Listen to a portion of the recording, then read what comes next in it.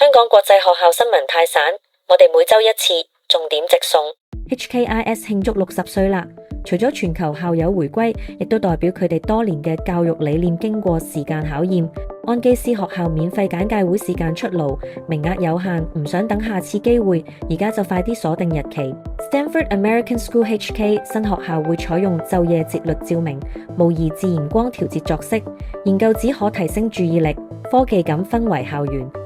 中皇教育集團喺大灣區佈局20年，今年9月喺香港開辦中學部，想揀 DSE、IB 定嘅 level 一條龍安排，適合想長期留居大灣區嘅香港家庭。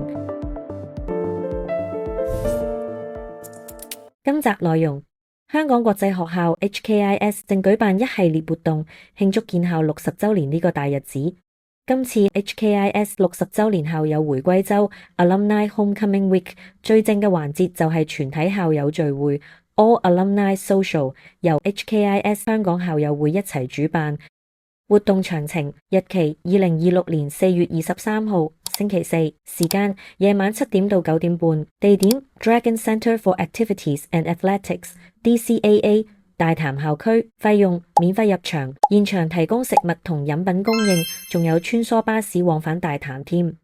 今次活動廣邀歷屆校友、以前嘅老師同行政人員出席，仲有特別嘉賓添，包括 Jim Hendrick、Janet Taylor、David Elliott、Michael Weber 等多位前校長同教職員。現場仲有遊戲環節，等各位校友重溫返昔日嘅 Dragon Pride 精神。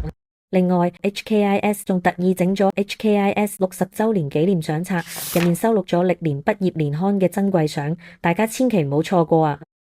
元朗錦田安基斯學校 Anchors Academy， 佢哋宣布喺2026年9月喺元朗校舍開辦中1到中3，即係7至9年級嘅初中課程，而家仲等緊教育局最後批核。除此之外，學校仲計劃喺2027年9月同英國一間有100幾年歷史嘅名校聖比斯公學 St. B School 合作，喺西九龍新校舍開辦中4到中7、10至13年級嘅高中課程。到時學生可以揀讀英國高考 A Level 或者香港中學文憑試 DSE， 真正做到由幼稚園到高中畢業一條龍 K12 教育。為咗等家長同學生可以深入了解呢個新初中課程，校方會搞2場免費嘅課程簡介會，詳情如下，大家記低啦。簡介會詳情：日期1 2026年4月17號星期5下晝2點到3點半；日期2 2026年4月23號星期四上晝10點半到中午12點。地點安基斯學校，新界元朗錦田北高鋪路1號，費用免費入場，不過要先到先得，要預先喺網上登記，電郵查詢 email 喺下方。另外，簡介會有校園導覽，家長可以周圍參觀下學校嘅科學實驗室、資訊科技教室同埋各種學習空間。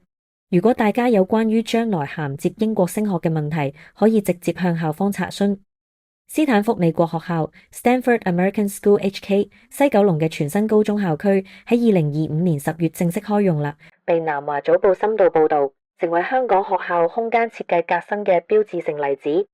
新校區佔地有7.5萬平方尺，專門為14到18歲嘅學生設計，同何文田校區負責5到14歲學生，互相補充，分工清晰。校方唔用傳統課室嘅概念，反而用學習社群 learning communities 取代，每一層樓都按照唔同學科主題設計，地下係校園生活同創意表達嘅空間，1樓係人文學科同圖書館協作區，2樓就係科學探究同身心健康區。校區入面仲有可移動家具、人體工學座椅同智能視聽設備，學生可以隨意調整空間，無論係自己一個人學習、小組合作或者做跨學科項目都得，好靈活。除此之外，校區仲特別引入咗晝夜節律照明系統 Circadian Lighting， 早上用明亮嘅冷色調光線幫學生提升專注力，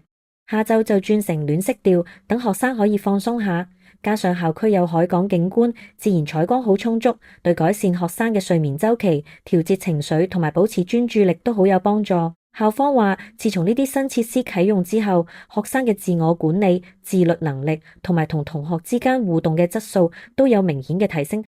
最後有個好消息要同大家講，喺大灣區超過20年辦學經驗嘅中皇教育集團正式宣布話，打算喺2026年9月嘅時候喺香港九龍塘區開辦中皇書院中學部。學校會提供 DSE、IB 同埋 A-Level 3大主流國際課程，主打小班教學同兩文三語，仲會特別加強普通話教學添。